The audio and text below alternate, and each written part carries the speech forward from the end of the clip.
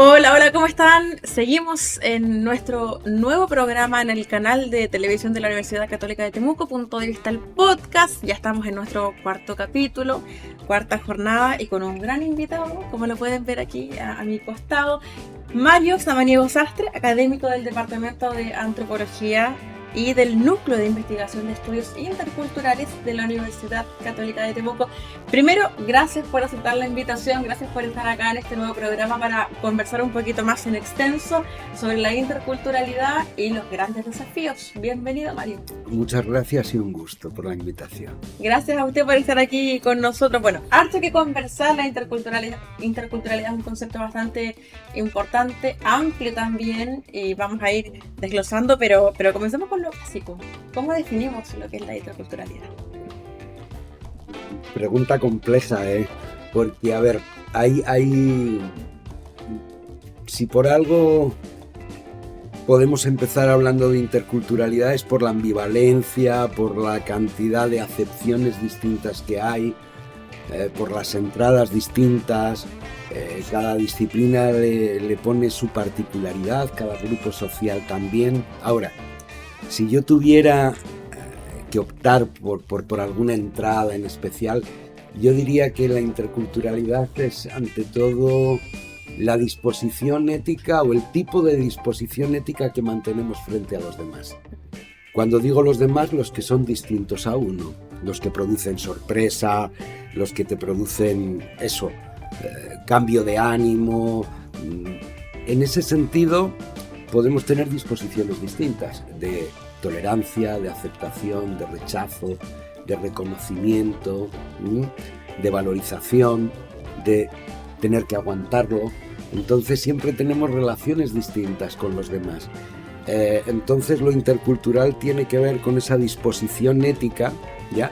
Sobre todo que reconoce o que valora casi por principio al que es distinto de uno mismo. ¿A qué nos referimos cuando decimos que somos distintos o que algo es distinto?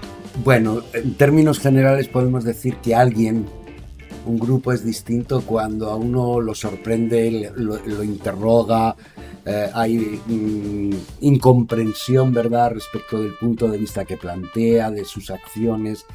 Y en ese sentido podemos hablar desde diferencias culturales, grupos que efectivamente tienen una historia, una lengua, una religiosidad diferente, a, por ejemplo, dentro de un mismo grupo, hablar de las relaciones entre lo masculino y lo femenino, que claro, para mí también tendría que ver con lo intercultural, aunque tú y yo podamos ser muy occidentales los dos, pero claro, también hay diferencias en términos, yo que sé, valóricos, de endoculturación, de perspectivas. Eso no quiere decir, obviamente, que no tengamos los mismos derechos, pero también hay una diferencia, ¿verdad?, que continuamente se negocia. Yo siempre pongo el ejemplo de que una pareja, sobre todo en mi caso español con una chilena, es la experiencia máxima de interculturalidad, ¿no? Te lo he vivido. Claro, yo vivo lo intercultural en mí porque finalmente yo aquí nunca seré chileno, siempre voy a ser español, pero cuando voy a España, mis amigos, mi familia me dicen, uy, ya no eres como nosotros. ¿Ven cambio? ¿Hay algo distinto? Fíjate, la lengua, los gustos por la comida, los ademanes. Entonces, claro que se marca la diferencia y claramente te das cuenta. Mis hijos, por un lado, me oyen hablar a mí, oyen hablar de España, entonces siempre andan como en esa, digamos, aguas movedizas enriquecedoras, ¿no? Claro, y por eso decías que es como algo novedoso que te llama la atención, porque y me imagino que en este caso en específico se pegan igual algunas costumbres, ¿no?, de la cultura chilena, por ejemplo, la alimentación, la cazuela o la comida, allá claro. Para ellos es algo novedoso. Claro, yo decía que lo intercultural, el diferente, tiene que ver cuando hay alguien que te mueve el piso, ¿no? Una verdadera experiencia es una experiencia que te sorprende, y hay cosas que tienen menos calado o consecuencias menores, como por ejemplo la comida, ¿no? Sí. Evidentemente hay muchas diferencias. Y ahí pues no hay problema, porque en último término comes otra cosa. El problema es cuando nos la jugamos en términos de valores, de una construcción política, de cómo pensar una universidad. Ahí ya la cosa se pone más difícil, porque claro, es mucho más difícil ceder Sí. O interpelarse uno respecto de sus puntos de vista. Solo me genera una duda, Mario. Un paréntesis de la comida chilena. Yo mencionaba la cazuela. ¿Cuál es la favorita? O lo que más te llamó la atención. Hombre, me gustan mucho los mariscos, en general. Me gustan mucho los mariscos y los pescados. Las cazuelas, lo de cucharear y eso no soy muy de cucharear. Ya, perfecto, qué bueno, sí. No, y bueno, y lo consultaba justamente porque a veces se cree que somos una región o un país intercultural cuando recibimos, por ejemplo, a personas de otros países.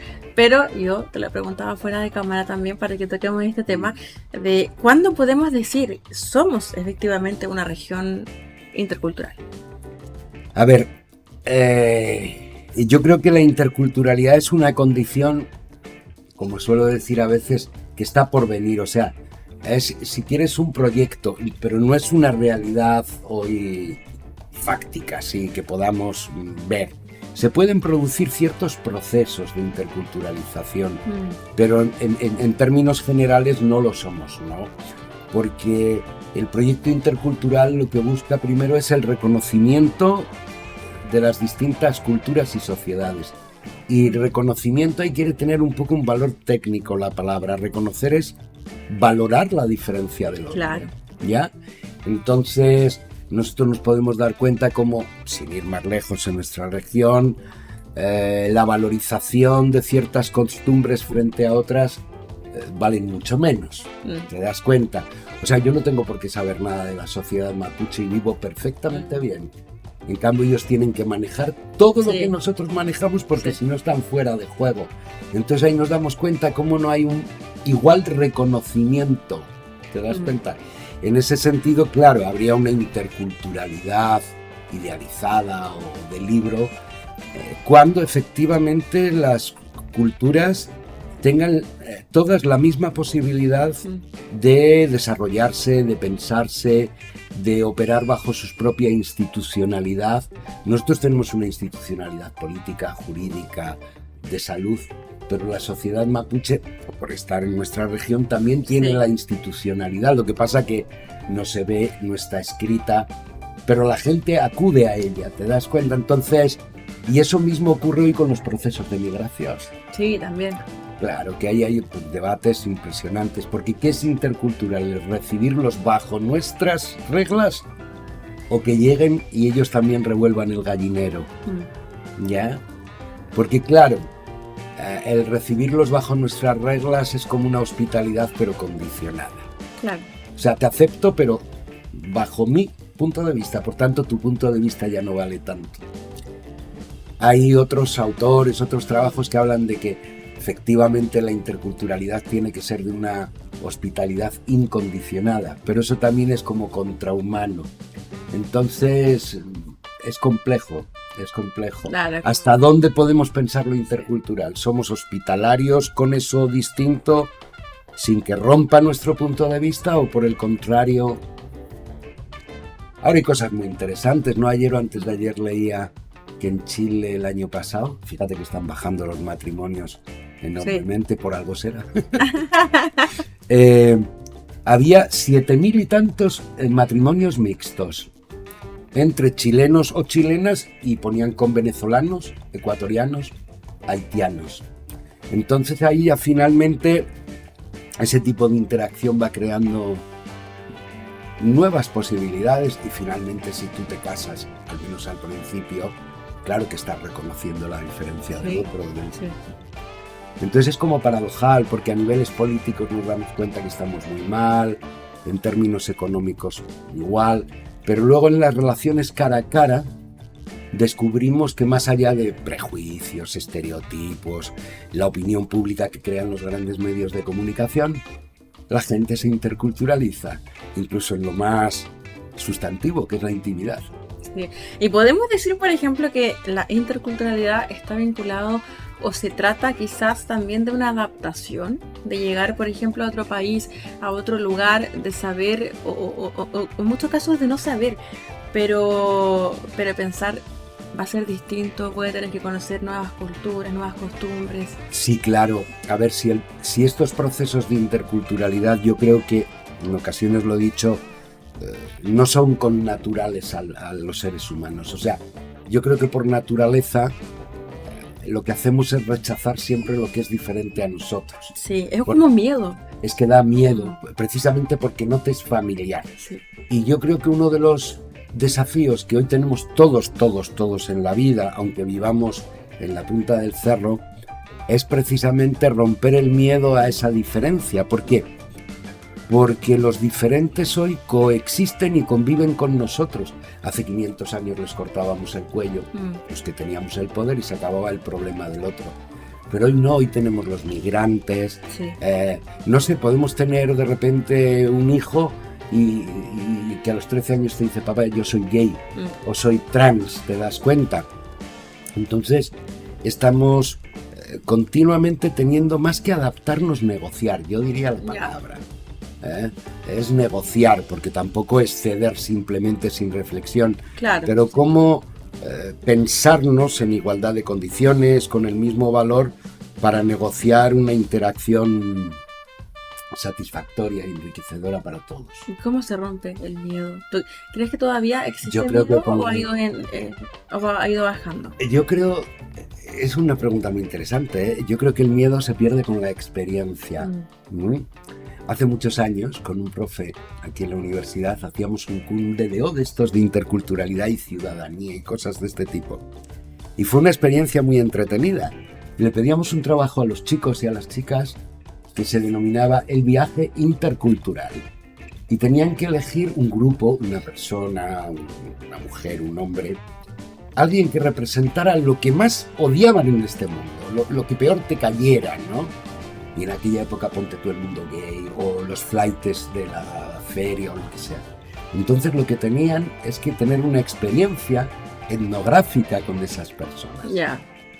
Relacionarse para construir una idea no desde el estereotipo, no desde lo que le han dicho, sino desde la experiencia real, ¿no?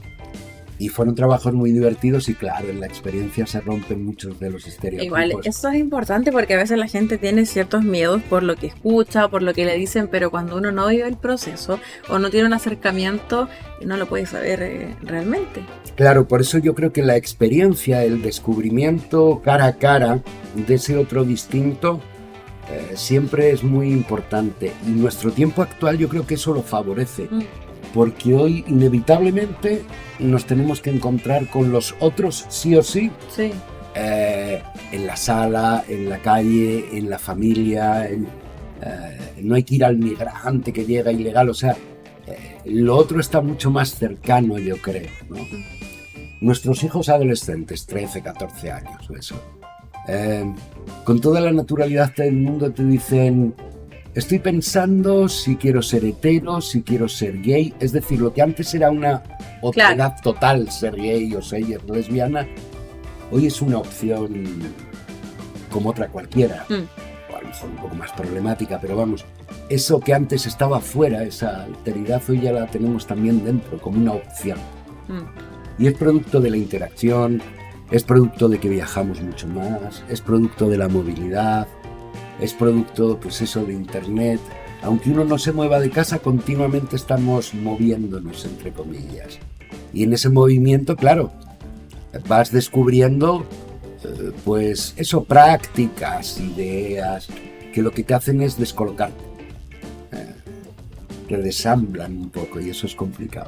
Hablamos de los miedos, de este temor del ser humano, de enfrentar algunas cosas, de vivir experiencias, pero además el ser humano por naturaleza también es curioso, le llama la atención muchas cosas. Entonces, ¿cómo podemos entender cuando hay miedo pero también hay curiosidad? Claro, pues mira, es una pregunta que como tal yo nunca la había pensado así, así que va muy al voleo, Mira, efectivamente tienes una cosa razón. Yo creo que los seres humanos somos los únicos seres vivos curiosos, te das cuenta, curiosos. Incluso yo he leído algunos estudios que hay que ser copuchento en esta vida. Algo, porque el que no es copuchento queda fuera de los códigos sociales, porque está fuera de lo que ocurre, te das cuenta. Entonces como que crea... Lo que ocurre es que siempre somos curiosos de aquello que nos trae, que nos llama la atención, no problemáticamente. Sí. Pero los temas interculturales son no tan gratos, porque te descolocan sobre aquellas cosas en las que uno tiene como mayor seguridad, como que es lo que te ancla en tu vida, ¿no? Lo que, qué sé yo, siempre nos han hecho creer. Yo en mi condición de filósofo desde niño, que somos racionales, que somos racionales, que somos racionales, y somos racionales, evidentemente. Pero al final, cuando tú tienes relaciones con otras sociedades, te das cuenta que la espiritualidad puede ser mucho más fuerte que la razón, incluso para crear convivencia. Entonces ahí cuando ponen en jaque ese perfil, esa raíz, ¿no?, que te ha sostenido, es cuando la cosa se complica. Por eso que lo intercultural tiene que ver con ser moldeable, ¿no?, ser reflexivo, estar continuamente autointerpretándote a partir de las experiencias, entendiendo la experiencia no como lo que piensa alguien que es como yo, sino algo que es de otro modo. Ya, y de acuerdo a lo que hemos conversado hasta el momento, ¿somos una región intercultural? Es muy difícil responder. Yo creo que hay procesos, tanto yo diría en el mundo más organizado como en la sociedad civil, en el mundo cotidiano, que se da. Yo creo que se dan procesos. Hay procesos en el ámbito de la salud, algunos intentos en el mundo educativo. Estoy hablando en términos de sistemas formales, ¿no? Yo creo que luego en la vida cotidiana sí, ponía el ejemplo de las parejas, que hay muchas, mixtas, ¿eh? Sobre todo, qué sé yo, entre la sociedad mapuche y no mapuche. Y es como curioso, hay un montón de parejas mixtas, ¿ya? Ahora, yo diría que en términos políticos, o sea, en términos de los sistemas de poder, no somos interculturales. Yo creo que los sistemas, las instituciones que detentan hegemónicamente el poder, le hace la educación, la economía y la política, no saben coexistir ni pensar la diversidad. O sea, la piensan dentro, pero dentro de una matriz unitaria. Para ellos serían como que los otros tienen que ir adaptándose a lo que hay, ¿ya? Por eso siempre, por último tenemos el Estado de Derecho. Siempre te das cuenta como un límite infranqueable, que es el que dota de sentido a lo demás y que es lo que permite que los otros se acomoden o se autoinstrumentalicen para ser valorados, pero jugando un juego que no les corresponde. Y en el ámbito educativo, que bien lo adelantaba usted, ¿podríamos decir que la educación permite fomentar una sociedad intercultural? Es complicado responder a esa pregunta en este escenario. A ver, yo creo que debería.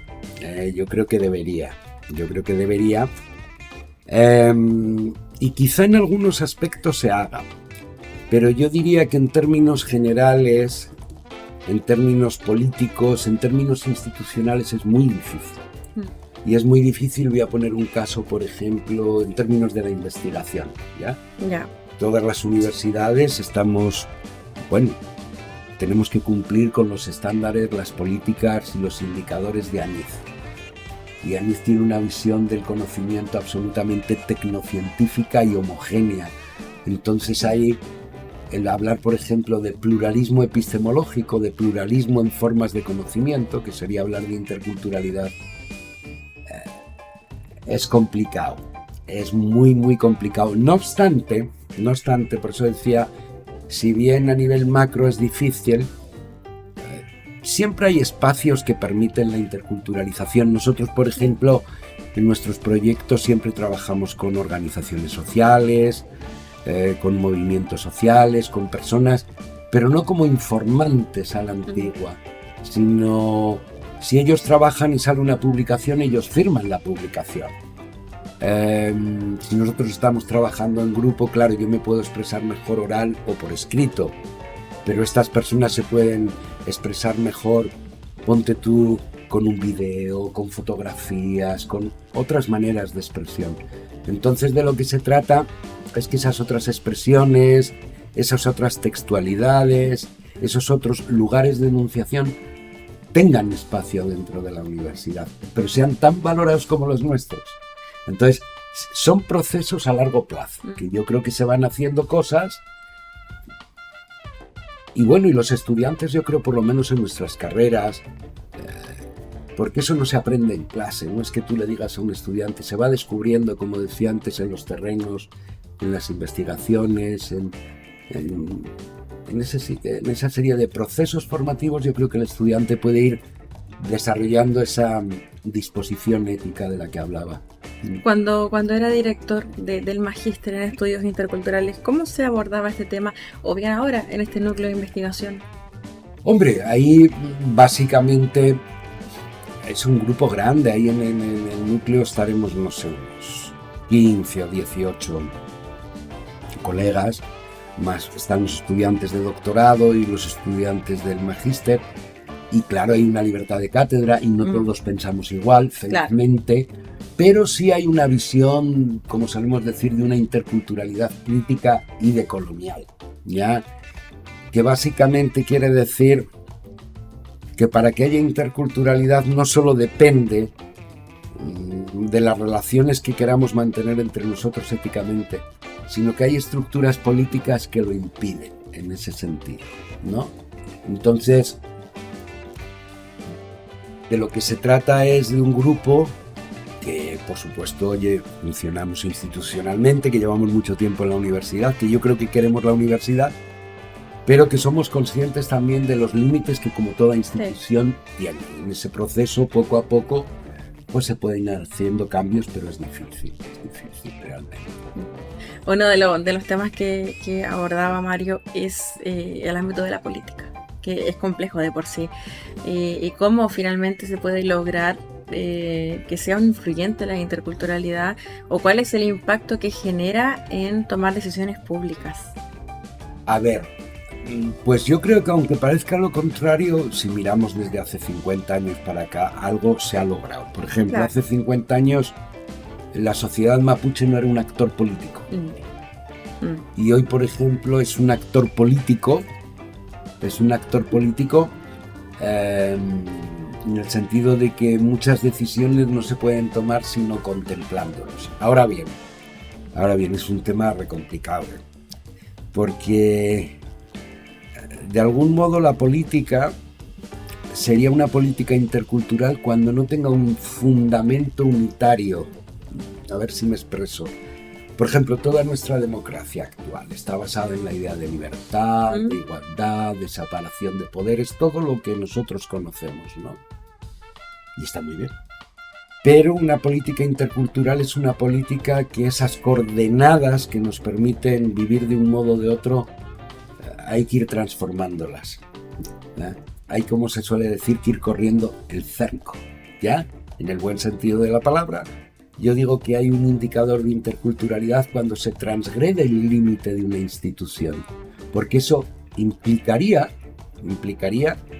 que algo que antes estaba fuera, hoy está dentro.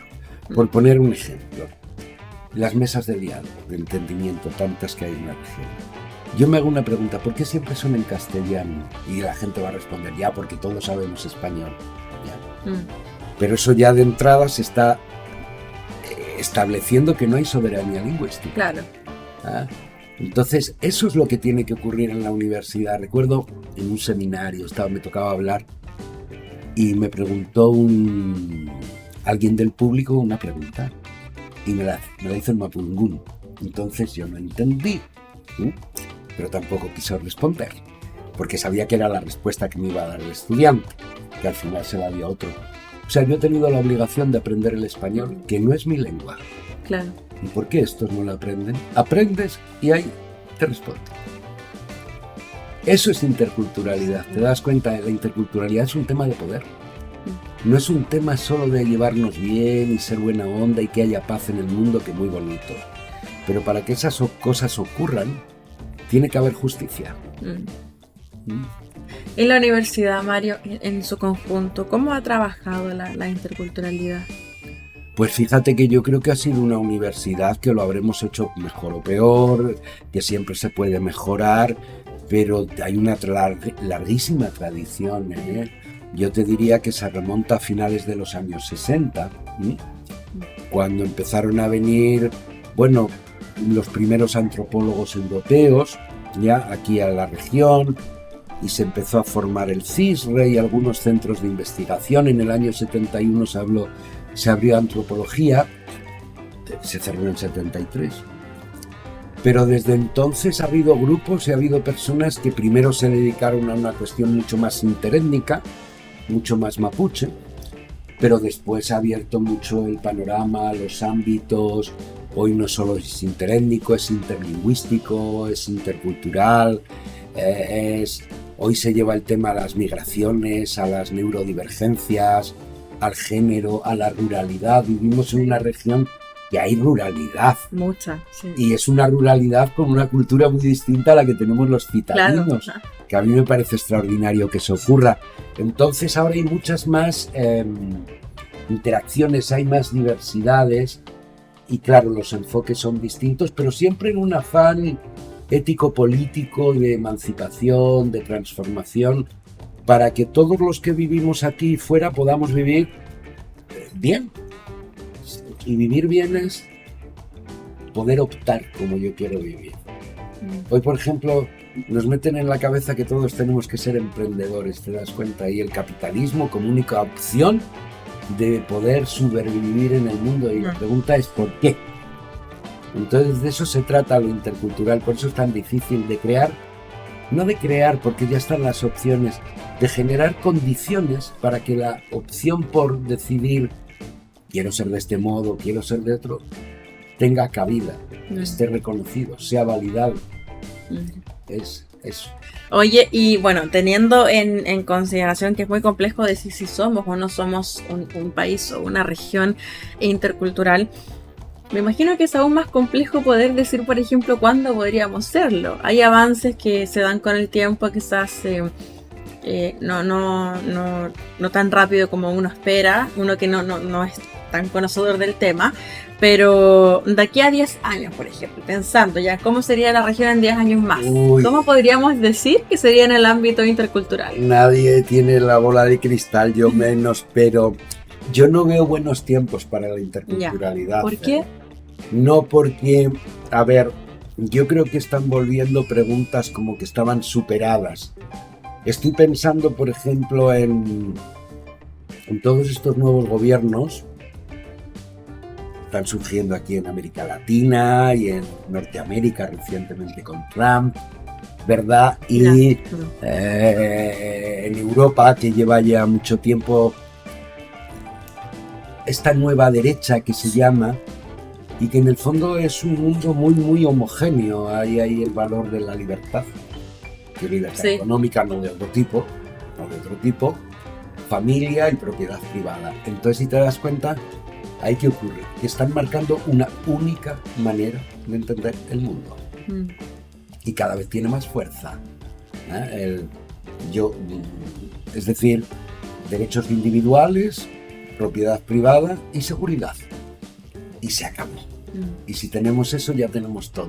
Entonces, es difícil fisurar esa como única manera que se está imponiendo cada vez más de organizar la vida, de organizar nuestro mundo, todo ese tipo. ¿Se cree a veces que lo que pasa en el exterior no afecta a nuestro país o región? Claro que afecta, tiene que afectar de todos modos. En todo ámbito. Pero si es que hoy somos hiperpermeables, pero aquí o en cualquier parte del mundo, por las redes sociales, hoy la identidad, que es un tema muy, muy ligado, yo creo, a lo intercultural, siempre se ha dicho que somos los padres, la escuela, el colegio, los que socializamos, todo ese cuento. Yo no creo que tanto. O sea, lo intentamos, pero hoy nuestros niños y niñas construyen la identidad en las redes sociales. Sí, y eso es global. Sí. Eso es global. Sí. Multiculturalidad e interculturalidad, lo conversábamos fuera de cámara. ¿Cuál es la diferencia? Pues eso, fíjate, la multiculturalidad es... Yo sí la veo en la región. Multiculturalidad es que tengas eso, contextos, culturas, identidades, grupos distintos que no se meten entre ellos, que cada uno opera según sus propios criterios, pero que no necesitan interacción. No tienen ese interés de retroalimentarse, ¿no? Claro. Y aquí es súper interesante nuestra región porque te encuentras, qué sé yo, en determinadas zonas, hasta geográfica, territorialmente lo ves, ¿no? Que ves que hay un pueblo, una comunidad alemana, ¿ya? De la otra esquina hay una mapuche y aquí hay chilenos. Y ese triángulo es un triángulo que están juntos pero están separados. Claro. Cada uno tiene su rollo, una mujer va a la luterana, el otro va al evangélico, el otro va al católico, cada uno cumple con sus fiestas, cada uno tiene la tierra de un modo distinto, y ahí hay, o ir a, qué sé yo, los grandes ejemplos de multiculturalismo, las grandes ciudades así muy cosmopolitas del mundo, Nueva York, Londres, Barcelona, donde escuchas 80 lenguas en la calle y donde hay un barrio judío ultraortodoxo donde allí son sus reglas las que priman y punto. Ya, y por mucha libertad que haya en Nueva York o en Estados Unidos, por ahí una mujer no puede ir con una mujer. Ahí no hay como una negociación. No, ahí hay poder. Claro. Por eso el multiculturalismo tiene que ver con grupos que tienen poder. ¿Por qué? Porque tienen que tener el poder económico y jurídico para reproducir sus propias formas de ser. O sea, yo me tengo que adaptar a eso, tengo que obedecer eso. Claro, o en caso de que seas de ese grupo, si no, no vas. Ya. Nadie te pesca, ¿no? Que ese es lo típico que, qué sé yo, en ciudades europeas, que está el barrio ultra anarquista, luego están los de extrema derecha, están los judíos, están no sé quién, y cada uno en su espacio hace lo que le da la santa gana. Punto. Pero de esta vereda para allá ya es de otro modo, ya están otros. Igual es fuerte el decir, claro, yo me voy a atrever a esto, pero sé que eso es algo que no va a cambiar. O sea, yo tengo que ir, pero sabiendo a lo que voy, a lo que me voy a enfrentar. Exactamente. Y por eso el multiculturalista, en realidad, el multiculturalismo no hay...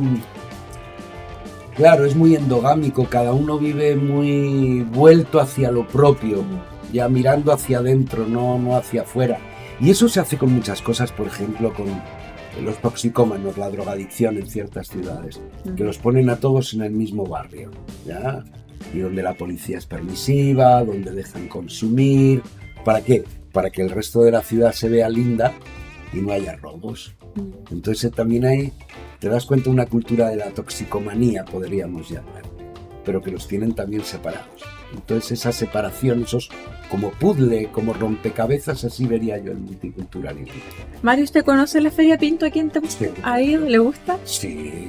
Bueno, se dice justamente que la Feria Pinto es como, bueno, casco histórico de la comuna de Temuco, pero también el centro cultural, intercultural de Temuco, porque justamente ahí hay una mezcla, bueno, de olores, de colores, pero también, por ejemplo, gente que viene del campo, va a comprar frutas, verduras los fines de semana, gente de la ciudad. ¿Cuál es la opinión que tiene usted al respecto?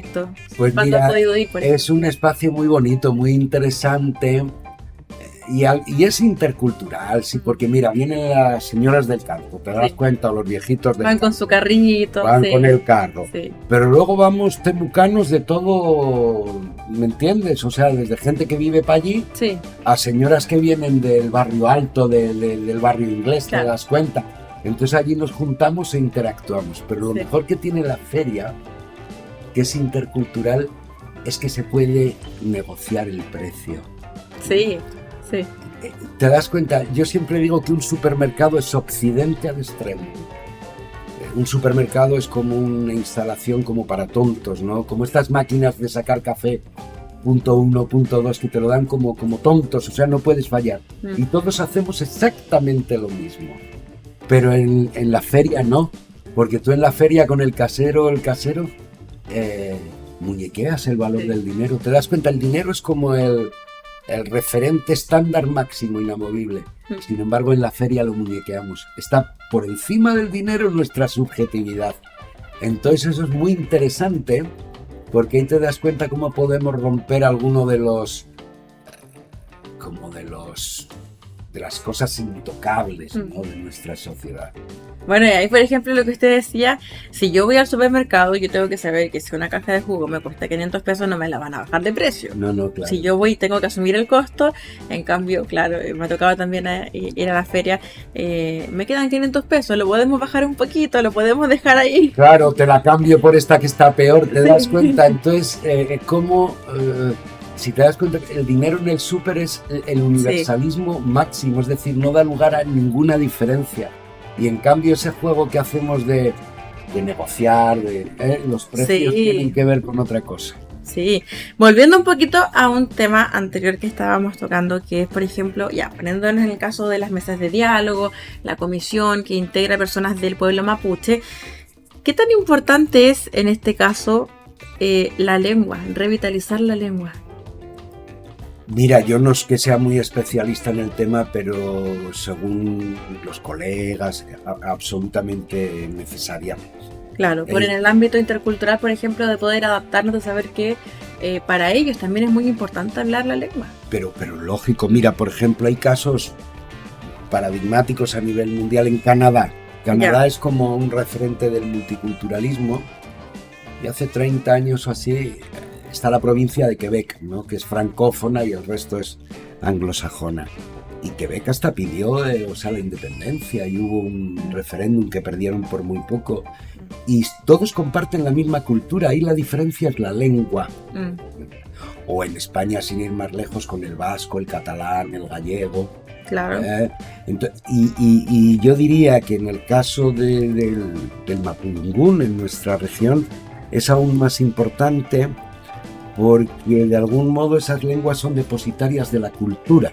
Sí. Si se pierde la lengua, se pierde la riqueza de la cultura. Bueno, y para ellos, para el pueblo mapuche, eso es un temor también. Y por eso se ha trabajado intensamente en el último tiempo en revitalizar la lengua y la cultura. Claro, eso es fundamental. Sí. Y hay experiencia. Yo he ido a terreno, hace mucho ya que no voy, pero recuerdo en una ocasión iba con un colega hablante y tuvimos que hacer una entrevista en Namache. Entonces estuvo 1 hora hablando la señora, en mapudungún.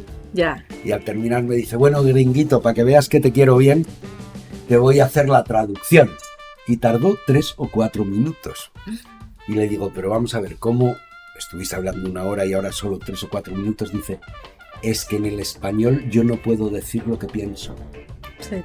Entonces, claro, la lengua tiene esa plasticidad, ese potencial para transmitir valores, sentimientos, sensaciones, acciones que no tenemos en castellano. Entonces, claro que es muy importante la lengua. Súper. Muy importante, sí. Claro, pero luego no que esté solo, porque volvemos al tema del poder, ¿no? Si yo quiero ir a hacer un asunto administrativo al registro civil, lo tengo que hacer en castellano, no queda otra. Sí. Porque como mucho tienen la señalética, pero es más nuestra universidad. Aquí hay estudiantes que vienen que son de primera lengua del mapudungún, pero no ofertamos cursos en mapudungún. Claro, claro. ¿Me entiendes? Sí. Mario, no quiero tomar su caso personal, pero sí quiero aprovechar de preguntarle, por ejemplo, alguna experiencia que haya tenido acá en nuestro país, en la región, para dar cuenta de esta negociación que hemos conversado, de esta curiosidad, de esta adaptación, y también respecto de su experiencia, por ejemplo, ¿qué mensaje le podríamos entregar a las personas que están llegando, que van a llegar al país o a la región? Es que es difícil porque, a ver, yo distinguiría una cosa entre extranjeros y migrantes. Ya. Porque hay una diferencia brutal, porque los que somos europeos o norteamericanos, se nos ven muy distintos a los que son venezolanos, colombianos, haitianos o peruanos, ¿ya? Entonces, yo llegué cuando aquí en Temuco ser extranjero era algo casi insólito, ¿te das cuenta? Y claro, tuve experiencias, a ver, desagradables, pero por discriminación positiva, no por discriminación negativa. Ya. Una situación, una vez tenía precisamente que ir al registro civil, no me digas a qué, ya no me acuerdo qué tenía que hacer. Saqué el número, me puse a la fila y la señorita que estaba atendiendo me dice, no, usted pase delante. Y dije, no, si yo he llegado aquí, hay una fila, está la señora. Claro. No sé qué. Claro, no, pero no le entraba en la cabeza que yo tuviera que hacer fila. Y dije, y me tuve que poner así por fiado, le dije, no, si además tengo tiempo, me voy a sentir mal, ¿te das cuenta?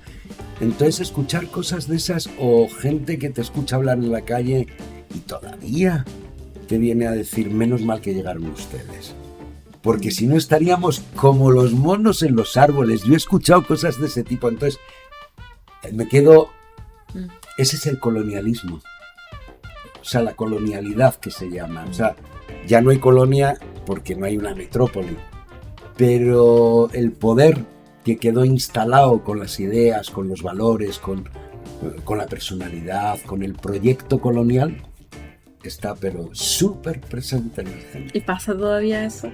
Claro que pasa. Harto. Por eso tú le dices, ¿qué le falta a Chile? Tecnología, desarrollo. ¿Te das cuenta? Sí. Como que el progreso y la salvación y el buen vivir y que nos fuera bien a todos pasara por eso, en circunstancias que hoy sabemos que no. Pero claro que está instalado. Esa idea de colonialidad es muy fuerte. Y una última anécdota, no sé si la sacaréis o no, si no la buscaréis.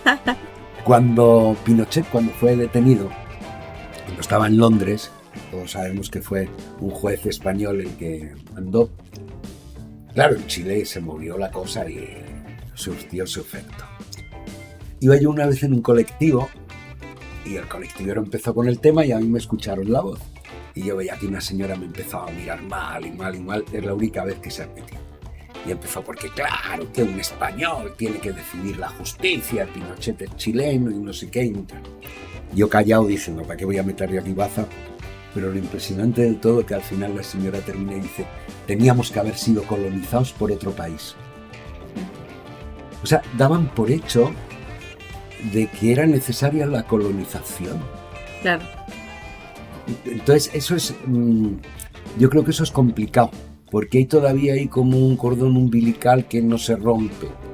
El español esperno, el eurocentrismo nos ha hecho daño, la colonización nos ha hecho mucho daño, pero me voy a hacer el doctorado a Madrid, pero qué bonito es Madrid, pero qué bien lo paso en Francia.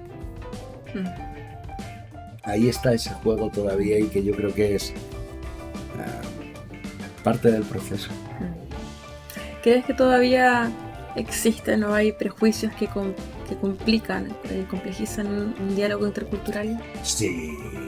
Además, los prejuicios, todos tenemos prejuicios, todos tenemos. Y lo importante es precisamente esa experiencia de la que hablaba Cata, es la que te permite romper los prejuicios, cuando tú te das cuenta que no va a ser tan grave, ¿no?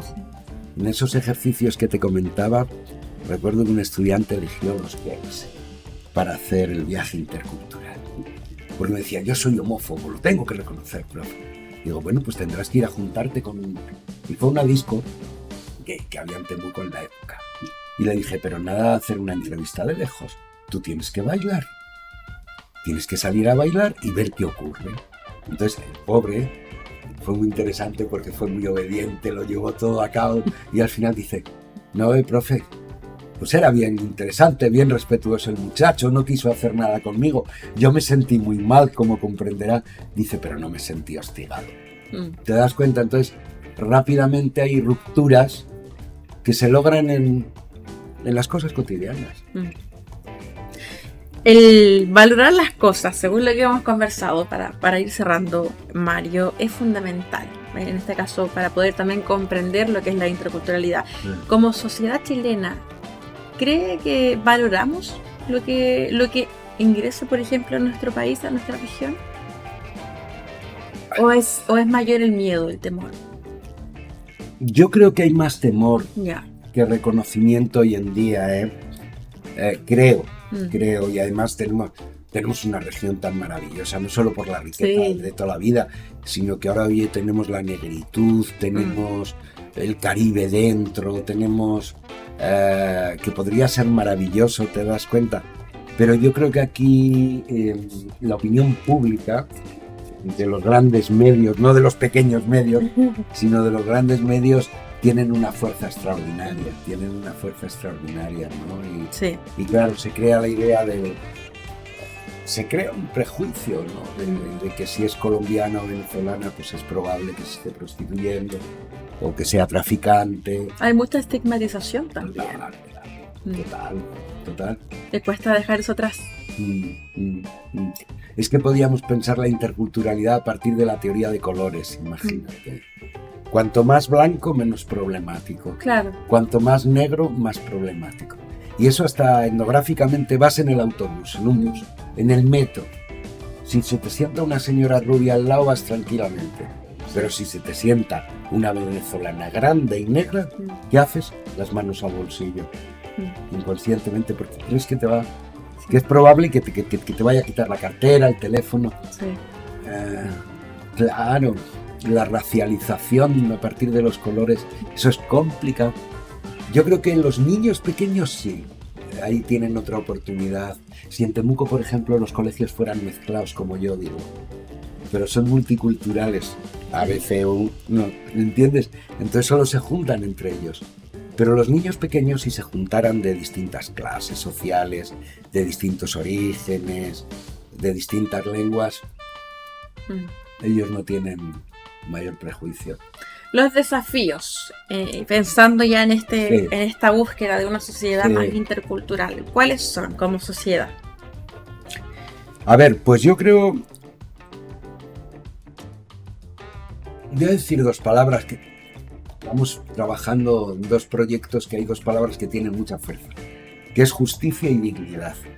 Yo creo que podemos hablar de una sociedad interculturalizada, que yo siempre hablo de interculturalización porque es una acción, no una cosa, ¿no? La acción de cómo yo me dispongo. Claro. Entonces, hay que aspirar a que todos podamos vivir con dignidad. Dignidad quiere decir que nuestro núcleo identitario, nuestros valores, bueno, pues sean relevantes, y justicia. Que no solo unos puedan vivir según sus criterios y que los otros tengan que adaptarse a los criterios de los primeros sin que les gusten, además, sin que sean propios. Pero poco a poco, o sea, por lo menos ya ese enunciado de hoy es transversal en nuestra sociedad. Hace un tiempo no era como inconcebible. Hay políticas que ya estamos obligadas las universidades a ponerlas en marcha, también las instituciones. Entonces yo creo que poco a poco, y tiene que ir por dos carriles, no un carril que es lo cotidiano, cómo nos relacionamos tú y yo en la calle, si nos encontramos, claro, te das cuenta, y cómo funcionan ya después las organizaciones especializadas, institucionalizadas. Ahí lo veo yo más difícil. Lo podemos resumir como que hay avances, pero falta mucho. Sí, y yo creo hay avance y hay conciencia, yo diría, por lo menos en algunos grupos, en que si no funcionamos de este modo vamos a terminar mal. Vamos a terminar mal. Hoy se habla de justicia multiespecie. ¿Por qué? Porque, oye, ¿cuántos seres vivos, sean animales, vegetales, están desapareciendo? Esa es diversidad que nos estamos matando por el tipo de política y economía que tenemos. ¿Cuántos migrantes mueren al cabo del año intentando cruzar fronteras calientes? Y son estadísticas, ¿te das cuenta? Entonces nos damos cuenta que en el modelo en que estamos, la vida, hay vidas que ya no valen. Hay vidas que valen mucho menos que otras.